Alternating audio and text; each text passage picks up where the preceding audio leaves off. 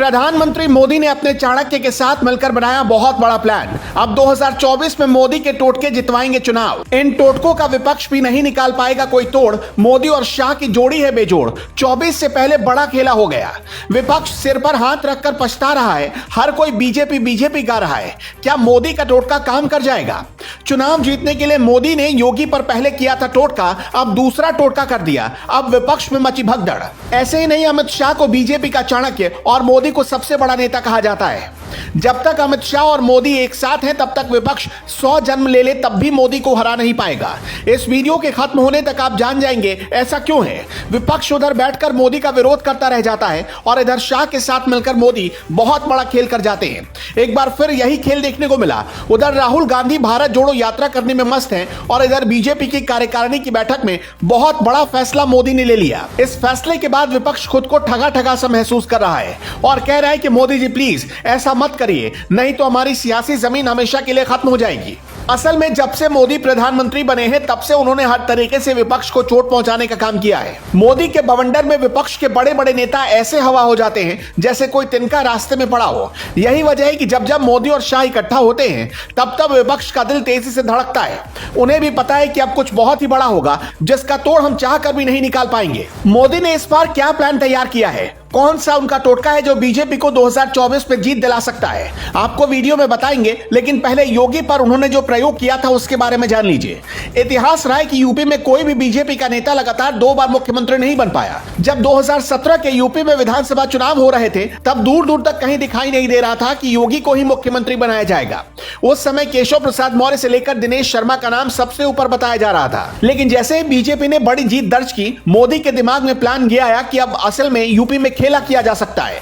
इसके बाद ही मोदी ने योगी को फोन किया और कहा कि आप दिल्ली आ जाइए। योगी के दिल्ली पहुंचने के बाद मोदी ने कहा कि योगी जी, हम आपको उत्तर प्रदेश का मुख्यमंत्री बनाना चाह रहे हैं। पहले तो योगी को भी यकीन नहीं हो रहा था कि अचानक से यह फैसला कैसे ले लिया गया, लेकिन राजनीतिक जानकार बताते हैं कि इसके पीछे मोदी की बहुत बड़ी मनसा छिपी हुई थी। असल में योगी आदित्यनाथ गोरखपुर से लगातार कई बार सांसद चुने जा चुके हैं और उनकी हिंदुत्ववादी छवि यूपी में काफी लोकप्रिय हो चुकी है। बीजेपी को भी कुछ ऐसे ही एक नेता की तलाश थी जो राम मंदिर के एजेंडे से लेकर हिंदुत्व के एजेंडे को उत्तर प्रदेश में बुलंद कर पाए। बताया जाता है कि इसलिए बीजेपी आलाकमान ने मोदी के ही कहने पर योगी को उत्तर प्रदेश की जिम्मेदारी सौंपने का प्लान तैयार किया था। योगी जब मुख्यमंत्री बने तो विपक्ष को बहुत बड़ा सदमा लगा था, लेकिन जब दोबारा 2022 में विधानसभा के चुनाव होने वाले थे तो हर कोई बस यही सोच रहा था कि इस बार तो योगी का पत्ता साफ हो ही जाएगा, क्योंकि इससे पहले यूपी में कोई बीजेपी नेता लगातार 2 बार मुख्यमंत्री नहीं बन पाया था। लेकिन चुनाव के समय ही बीजेपी ने साफ कर दिया था कि अगर बीजेपी चुनाव जीतती है तो योगी आदित्यनाथ ही प्रदेश के मुख्यमंत्री होंगे, जिसका सीधा मतलब था कि बीजेपी योगी के चेहरे पर चुनाव लड़ेगी। लेकिन असल में यह बीजेपी का एक तरह का टोटका था जो योगी पर आजमाया गया।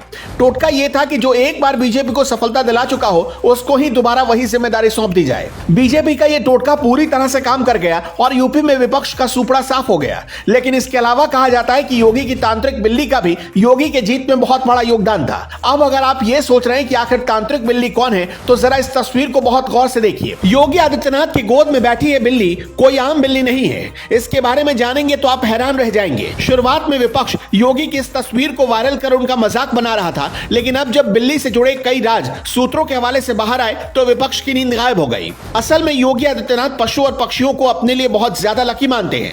यही वजह है कि वो इस बिल्ली को भी पाले हुए हैं। आपको जानकर हैरानी होगी कि गोरखनाथ मंदिर में अजगर भी है। अब योगी आदित्यनाथ की यह बिल्ली 2024 में विपक्ष के रास्ते कैसे काटती है और कितनी ज्यादा योगी के लिए शुभ होती है, यह देखने वाली बात होगी। लेकिन इस बार मोदी ने जो टोटका किया है वो योगी आदित्यनाथ पर नहीं बल्कि जेपी नड्डा पर है।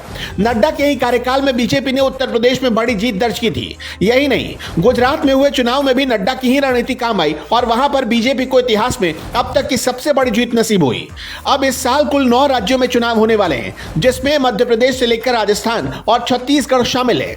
जैसा कि आपको याद होगा 2018 में जब मध्य प्रदेश में चुनाव हुआ था तब बीजेपी हार गई थी, लेकिन बाद में ज्योतिरादित्य सिंधिया के बीजेपी में आने के बाद कांग्रेस की सरकार अल्पमत में आ गई थी और कमलनाथ सरकार को इस्तीफा देना पड़ा था। लेकिन इस बार की लड़ाई बीजेपी के लिए आसान नहीं होने वाली। बताया जा रहा है कि मध्य प्रदेश में सरकार विरोधी लहर चल रही है, जिसका नुकसान बीजेपी को उठाना पड़ सकता है। माना जा रहा है कि इसलिए अब बीजेपी ने जेपी नड्डा को ना बदलने का टोटका किया है। बता दें कि मौजूदा बीजेपी के राष्ट्रीय अध्यक्ष जेपी नड्डा का कार्यकाल 1 साल के लिए बढ़ा दिया गया है।